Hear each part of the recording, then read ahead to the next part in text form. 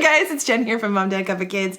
And 3 years ago, we did a KonMari purge that really and truly was life-changing for us. So what I thought I'd do is I'd actually give you a whole new insights on what happens when you do a KonMari method purge and declutter, and kind of what ended up working for us and what no longer was sort of beneficial way down the road. So I'm going to go through each video with you, and I'm going to give you kind of my commentary on what makes sense when it comes to doing this so that you guys don't have to worry about figuring it out. Let's go. Hi, it's Jen here from Mom, Dad, Cup of Kids. You know what? Tiffany from My Dirt actually suggested that I do a vlog about this experience, and I thought that's a great idea because as you see on the start of my bed, it's so many clothes. I have read The Life-Changing Magic of Tidying Up, and I got inspired after I'm not even fully through it, so I might be cheating as far as what I'm doing. Okay. It's so long ago that not only did Marie Kondo do a book, The Life-Changing Magic of Tidying Up, which we read, but now it's a Netflix series called Tidying Up. You have to check it out. It's very inspirational, but I'm going to give you some words of warning through this video to give you kind of an awareness of what to do rather than stopping in the first episode and going and decluttering right away. Step one was to take every single piece of clothing out of your closet, which I have done. You see my closet, I almost don't understand. I feel like we just moved in, which is kind of awesome, and I actually kind of want to move, which is even more awesome. Okay, so when she talks about making sure that you sort by category instead of sorting by items or places like your closet or your room, I 100% agree. One of the things that we learned is that when she says every single piece of clothing you own and putting it in a pile together, she means it. What ended up happening with us is that we'd forgotten about our winter clothes downstairs.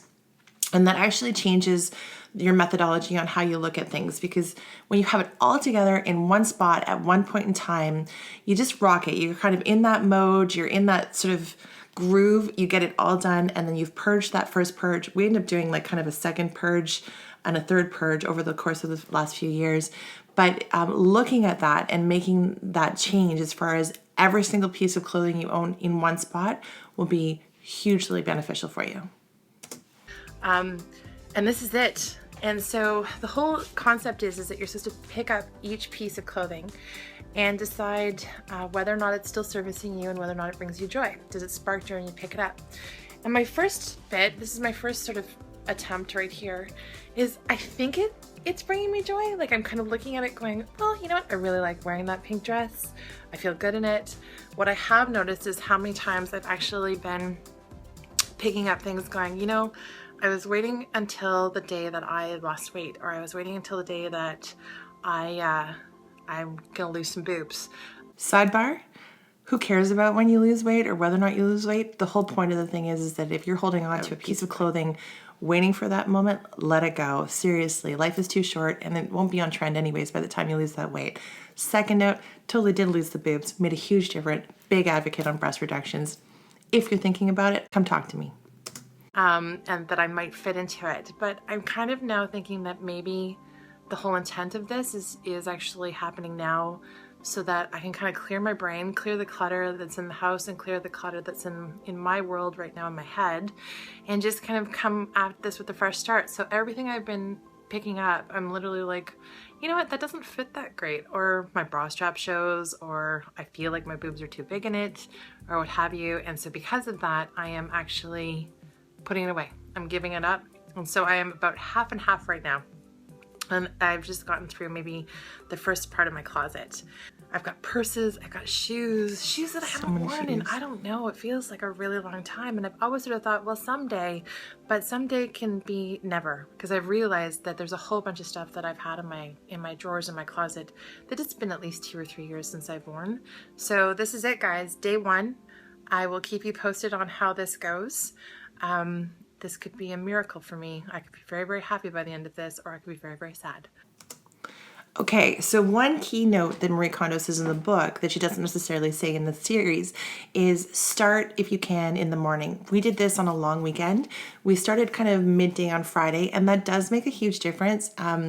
When you are thinking about actually purging your closet, plan that evening on not actually sleeping on your bed, because what she suggests is actually you pile everything on your bed. We ended up sleeping on couches that night because of the fact that it was just easier for us to not deal with, but it does get overwhelming, and give yourself that slack to know that having that expectation to get it all done in the next 3 hours is not going to happen. We have a family of 4, and it actually took us the entire September long weekend. So that would be legitimately, with breaks, about 3 to 4 days for us to sort through 4 people, to purge, to organize our closets, to organize our drawers, and then ultimately to have everything back in place in our rooms. But did it feel incredible? All right, time check, it's 7 o'clock. So really that took me from about 4:30 to 7 o'clock to get this done. And I actually had some help. I had my daughter doing her room as well as my husband doing his side of the clothes. So that was hard, a little bit, not too bad. It is hard. This is something that is super emotional. And I think we as people have really we glom onto the idea that stuff makes us feel safe. And stuff is the things that our memories are made of. It's our memories. That stuff is spurring those memories, but ultimately, can you actually hold on to something like framing a picture that has your favorite jacket in it, that makes you smile every day that you see it, rather than having that jacket stuffed away in the back of your closet that you might never touch for the next 10 years.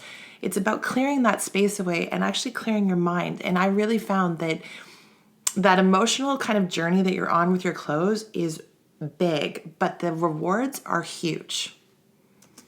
But I realized that there's a lot more emotion that is connected to clothes than maybe I realized at first. I found a couple of things. One is that I sort of look at a piece of clothing and I'd say, oh, I really, really don't want to let that go. And then I'd realize that I hadn't worn it in forever. Things like these shoes, which are fabulous. See these shoes? Oh, fabulous. And I started compromising with myself and sort of saying, okay, I can totally wear those in the next little while. But the whole point of the book is don't do that. Don't sit there and think that you're going to actually start wearing something that you just discovered. If you haven't worn it and it doesn't bring you joy, let it go. So here's where we're at. This is my closet, officially there. That is the culmination of 5 different closets and drawers between summer and winter clothes. And this is our purge. So we actually just measured Lauren, and this here is up to her shoulders. So I don't know if you can see that there, but that is just my purge. So much waste, eh? If you come into her room, that's her keep, because of course, you know, with kids, it's much easier because it's much smaller amounts because they work out of it. And then that's her go, and that's her go. She's actually donating a bunch of that to friends that she knows is smaller than her. And this is my husband's, so that's his keep, and that's his go. Who are we kidding? The fact that I actually got my husband to do something was a mind-blowing experience in itself.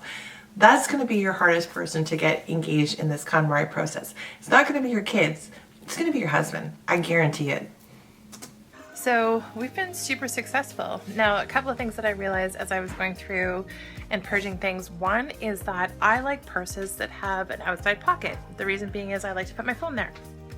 So I also like carrying my laptop in my purse because I seem to always be carrying it. So once I realized that, it was immediately 4 handbags were gone. I went through my belts and I realized that for the most part, I don't ever actually wear those belts. Haven't probably in about 2 years. Got rid of about 7 of them. Scarves. I went from 3 boxes of scarves down to 1, and those were only ones that actually brought me joy. There was a couple that I was keeping because they were sentimental and my aunt had it or what have you. Yeah, I can let it go. There's only 5 items left in my whole closet that I'm having a hard time with at this point in time. What I did is I actually put aside them when I just couldn't quite make that decision, and now I'm coming back to it now. So probably one of the most typical is that I have the tartan sash and the wedding bustle. Let those go, because I started looking at what purpose and use do I have for a tartan sash and my wedding bustle, except for that memory of our wedding. So I just look at our pictures instead and have the smiles coming from that, rather than that was tucked into the very back of my closet and I would only ever see it when I would do a purge. Then I'd smile and put it back in the closet. It takes up space. Remember that. Anything that takes up space that isn't serving you, let it go. There you go. From our wedding. And I'm sort of thinking, why am I keeping this? what exactly is the point that I'm keeping this? And if we were going to pack everything up in storage, would I need to keep this? And what am I going to do with it in the future? This is really interesting foreshadowing because it talks about if we're going to pack everything up in storage. At this point in time when we did the KonMari purge, we had no plan. But stay tuned to see what actually ended up happening and how much this really was life-changing in the future. Good questions to ask that ultimately made me sort of think, I can let it go. My grandma's sweater. Does it bring me joy? It actually brings me sadness. I miss her, but you know, part of me sort of can't quite let this go because I feel like that's kind of letting her go. There's part of me who can let it go, but I'm just kind of in this debate because just thinking about it makes me think of her. So here's an interesting thing about grief, is that time does heal all wounds when it comes to having that grieving piece. There's a point in time where you transition from extreme sadness that's in your bones to kind of, I'll call it a joyful, heartfelt, warm memory. I ended up keeping my grandma's sweater, and I actually, whenever I'm just sort of in this need to kind of reconnect with her or feel creative or what have you, I throw it on and I use it. And that's the one thing that I would say is if you are worried about something from a sentimental standpoint, then think about whether or not you'll use it or just look at it. If you're just going to look at it, take a picture. But if it's something that's going to be tactile that you're going to use in the future, then you absolutely can keep it. There is some reasons to keep sentimental things, and definitely my grandma's sweater was one of them. I've got this silk kimono that I got in San Francisco. So expensive. I don't really want to think about how much it costs because then we'll start thinking about how little I've worn it. And yeah, it's one of those things that served me. It let me know that apparently don't ever buy silk kimonos again because really I like fuzzy bathrobes. Thank you for that service, and I'm letting it go. The last piece, and I don't know why because it's got so much emotion to it, and I don't think I will let it go because it does bring me a huge amount of joy, is the shirt that I was wearing when Chris and I met. Sentimental. I probably won't ever fit into it, but it's just one of those things that when I see it I smile, and so I thought I can give myself the allowance of that just to kind of deal with. You know what? I ended up letting that go. I looked at that t-shirt and I sort of thought, it's actually not a stylish shirt that I would still wear today. And what it represented was when my husband and I met, that was the joy that it brought me. It didn't necessarily, the shirt wasn't the joy, the experience and the memory. That memory is so burnt into my brain to begin with. I don't actually need that shirt anymore to trigger what I love about that moment. I just think about it. I see a picture with us, you know, the first day we met. That's all I need. And letting that go was a big one. But again, you know, you start freeing your space up, you start feeling a lot more free. Other than that, I realized that this is just stuff. And a lot of my memories don't need to be cued with clothing or with items. So we're just gonna go through the outdoor stuff and the motorcycle stuff, and then that's it for clothes. So I'm super excited. We still have to do my son's, but I'm actually trying to get the kids engaged in it so that they feel connected to the clothes, and if they don't, then we let them go. And it's been kind of great. So I'm feeling energized and enthusiastic about our next steps on day one. But I just wanted to check in, 3 hours, and we are done with our purge so far.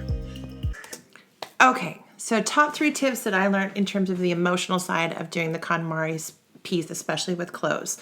Number 1, it is going to take longer than you think. So budget some time, allow yourself some breaks. We went to a movie halfway through our clothing thing. We went and visited family halfway through our clothing purge. It allowed us to not feel overwhelmed and kind of resentful of the process.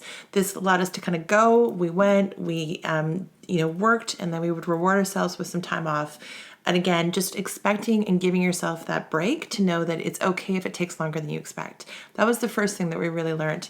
Number 2, it is going to be an emotional journey. You will cry, you will laugh, you will start going down the rabbit hole when it comes to memory lane, but it will be a great and rewarding experience by the time you actually look at your closet.